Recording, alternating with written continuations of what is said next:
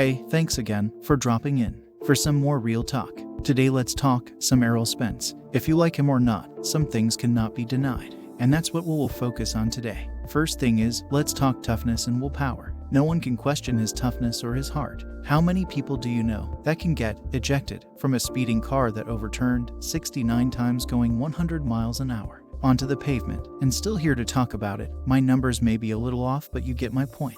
Not only is he still alive, but went up against a world champion boxer in Danny Garcia in his first fight back. I don't know about you, but to me, that is off the chart amazing. Not only did he take the fight, but he won. He made a world-class fighter look stupid and outclassed. He beat him up. Wow, who does that? No tune-up needed. Then he has to have eye surgery for a detached retina and had to pull out of a fight. What did he do? Got it corrected and went on to fight Ugas, another world champion, for his belt. The fight was very sad. The beating he put on that fighter was unreal. Broken eye, ribs, and who knows what else he had going on with him after the beating he took from Errol Spence. Now that by itself should put to bed how tough this kid is. Now let's look at his willpower. What kind of willpower do you think it takes to be able to pull that off? I think in the willpower department, he's pretty much set. Let me steer off course just a little. Look at the new words and lines he came up with that everyone uses today. Man down, put his ass in the dirt, keep that same energy. All these were from Errol Spence. That's part of his myth and will be used for years.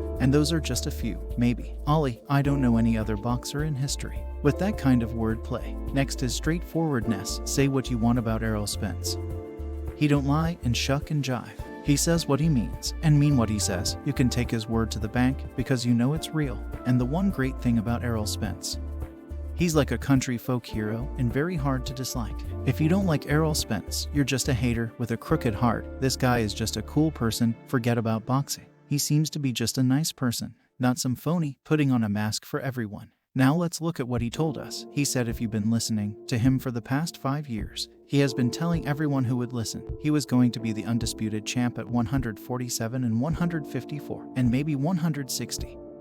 He laid out his path pretty clear, told Crawford he was going to get all the rest of the belts and then was coming for his. You get all these haters and naysayers twisting his words and trying to rewrite his words on what he said, or calling him a liar, and some even like Terrence Crawford, trying to even steal his path, saying he wanted to become undisputed at 147 and 154. The truth is, I never heard Crawford in any interview say that 4 or 5 years ago. Crawford's is a phony, but that's for another video. Errol Spence is someone who will change this sport. Do anyone remember when one of the Charlo brothers and Tank and Broner got into it? Errol Spence was the peacemaker. You really don't see a lot of that type of bad beefing with these black fighters anymore. They talk a little trash, but it's not the way it used to be. Now Tank, Broner, and Charlos are cool, so Spence is a peacemaker. Like it or not, Errol Spence is the true face of boxing, not Canelo, who has been ducking great fights now for the last 5 years, or Tank, who is sitting in jail this very day. Errol Spence is the face of boxing, hands down.